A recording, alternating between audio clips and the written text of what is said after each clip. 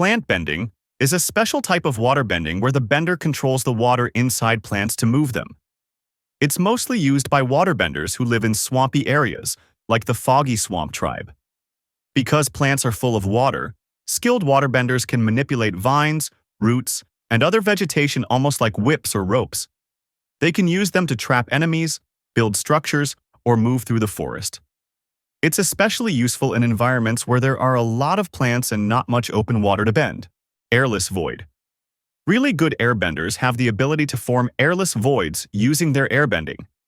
One such airbender is Zahir, who used this ability to kill the Earth Queen. He pulled the air out of the Earth Queen's lungs and then formed a vacuum around her head to prevent her from breathing. He was going to do this to Korra too, but thankfully he was interrupted.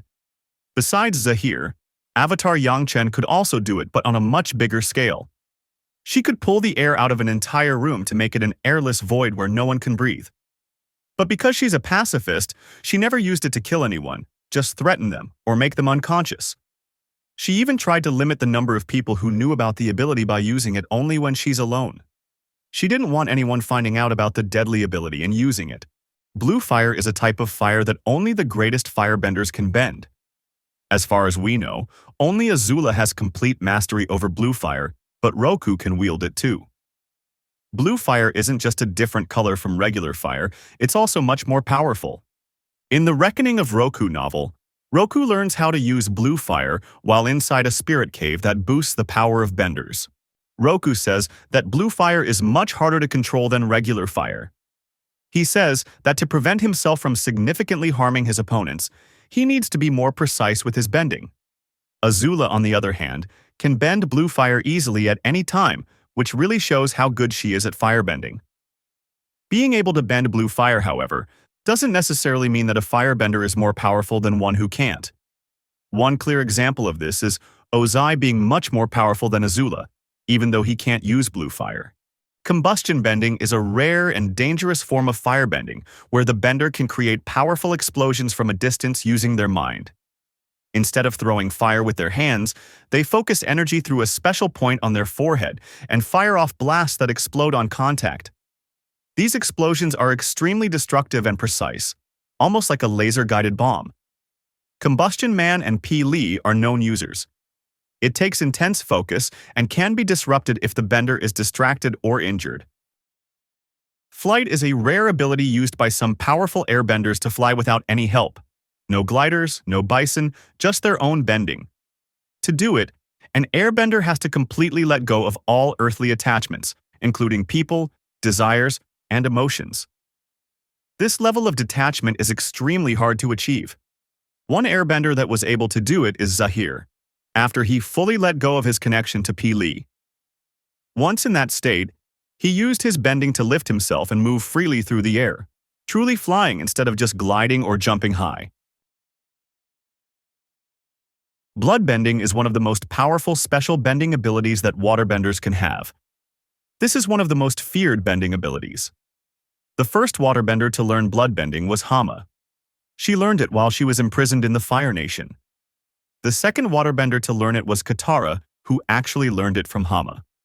Usually, bloodbending is only possible during a full moon when a waterbender's power is at its peak. However, exceptionally powerful benders like Amon can do it at any time. Amon was even able to use bloodbending to prevent other benders from using their bending abilities. Lava bending is a rare and powerful skill that some earthbenders have. Lava benders can melt solid rock into lava and then shape and move the lava however they want. Besides the avatars, the first lava bender we see is Ghazan. It's his main form of bending and his control over it is precise. He uses it aggressively in combat, shaping and hurling molten rock easily. Later, Bolin finds out he can lava bend too. At first, he thinks he's just a regular earthbender and even struggles with metal bending. But during a dangerous moment, he suddenly uses lava bending to protect his friends.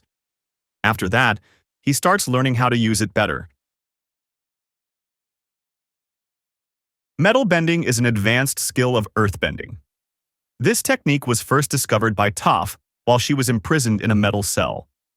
Her captors believed metal to be unbendable, assuming it was too refined for any earthbender to control.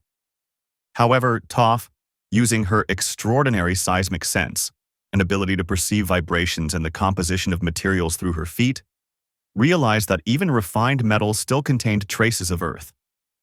Later on, Toph taught metal bending to others and formed an elite division in the Republic City Police called the Metal Bending Police Force. Her daughter, Lynn, would eventually become a great metal bender herself and lead the Republic City Police. Metal bending has since evolved, allowing earthbenders to don metal armor, craft weapons, and manipulate metal structures with precision. Lightning bending is a powerful ability that firebenders can do. During Aang's time as Avatar, only elite firebenders like Ozai and Iroh could do it. However, for some reason, during Korra's time, a lot of firebenders could do it easily. Iroh said that to lightning bend, a firebender must have a clear mind.